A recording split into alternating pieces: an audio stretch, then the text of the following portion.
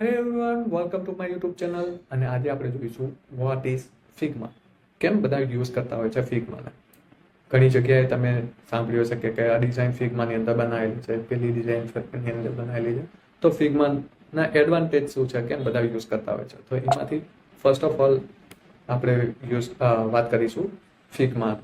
તો ફિગ્મા એ web base design tools છે, જેનો પ્રાઇમરી યુઝ છે યુઝર ઇન્ટરફેસ એટલે કે યુઆઈ ડિઝાઇન બનાવવા માટે અને યુઝર એક્સપિરિયન્સ ડિઝાઇન બનાવવા માટે, જે મોસ્ટ ઓફ વેબસાઇટ અને મોબાઈલ એપ્લિકેશન બનાવવા માટે થાય છે. એનો યુઝ મોસ્ટ ઓફ કેમ થાય છે, કેમ કે એ કોલેબરેટિવ ફીચર્સ આપે છે અને એક ક્લાઉડ બેઝ ફંક્શનાલિટી છે.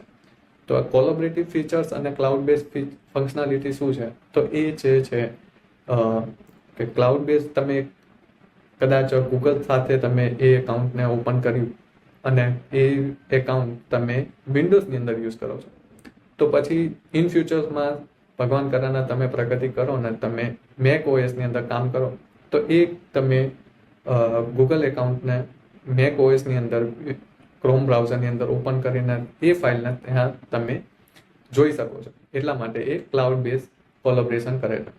અને એ છે એક મોસ્ટ એડવાન્ટેજ એ છે કે એ રિયલ ટાઈમ કોલેબોરેશન કરે છે. કેમ કે જેમ કે આપણે પબજી ગેમ રમીએ છીએ, જેની અંદર મલ્ટિપલ પ્લેયર્સ એક સાથે વાત કરી શકે છે, તો એવી રીતના ફિગ્માની અંદર પણ એવી રીતના યુઝ થાય છે કે મલ્ટિપલ ડિઝાઇનરો એક જ ફાઇલની અંદર અલગ અલગ કામ કરી શકે છે. એટલા માટે એ ખૂબ જ પોપ્યુલર ડિઝાઇન ટૂલ્સ છે એના લીધે જ. અને બીજું છે એ ઇઝીલી શેરિંગ કરી શકાય છે. જેમ કે કોઈ ક્લાયન્ટ તમારી જોડે છે અને તમે એ ફાઇલને પ્રેઝન્ટ કરવા માંગો છો, તો તમે એને ઇઝીલી શેરિંગ કરી શકો છો. પછી છે એક ક્લાઉડ બેઝ ક્રોસ પ્લેટફોર્મ છે.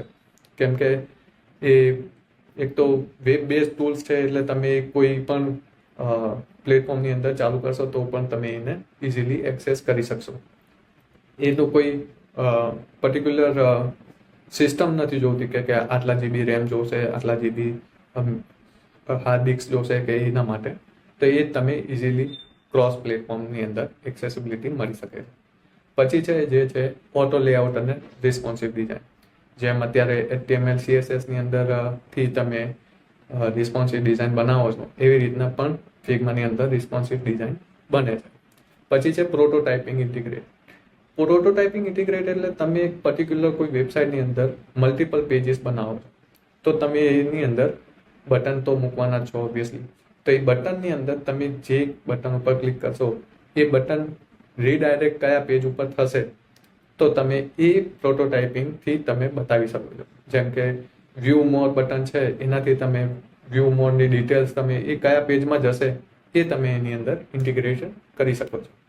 પછી છે આખી ડિઝાઇન સિસ્ટમ તમે બનાવી શકો છો, કે એક કમ્પોનન્ટ્સ બનાવી શકો છો, કે બટન્સના કમ્પોનન્ટ વેરિયન્ટ્સ આ ટાઈપના હશે.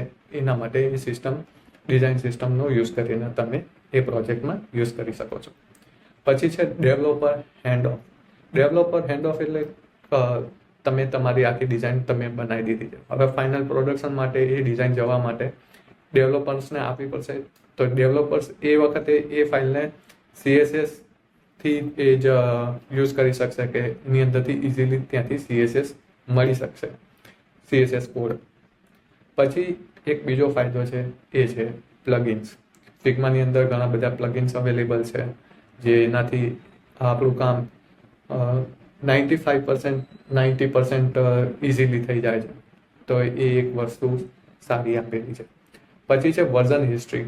તમે વર્ઝન હિસ્ટ્રી પણ એડ કરી શકો છો. એ આપણે આગળના વિડીયોમાં જોઈશું કે વર્ઝન હિસ્ટ્રી કેવી રીતના કામ કરે છે. તો એ પણ આપણે એવી રીતના ઇઝીલીથી તમે એને વર્ઝન હિસ્ટ્રીની અંદર એડ કરી શકો છો.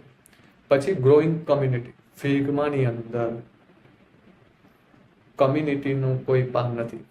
એટલી બધી ફિગ્માની ફાઇલ, ફિગ્માની કમ્યુનિટી મળી રહેશે કે જ્યાંથી તમે ઇઝીલી શીખી શકો છો ફિગ્માના વિશે, કે કઈ રીતના કામ કરે છે. અને ઘણી બધી રેડીમેડ ફાઇલો છે, ઘણા બધા કમ્પોનન્ટ રેડીમેડ તમને મળી રહેશે ફિગ્મા કમ્યુનિટીમાંથી. તો આ એક એનો એડવાન્ટેજ છે. So thank you so much for watching this video. મળીશું નેક્સ્ટ એપિસોડમાં. ત્યાં સુધી stay creative. Thank you for watching this video.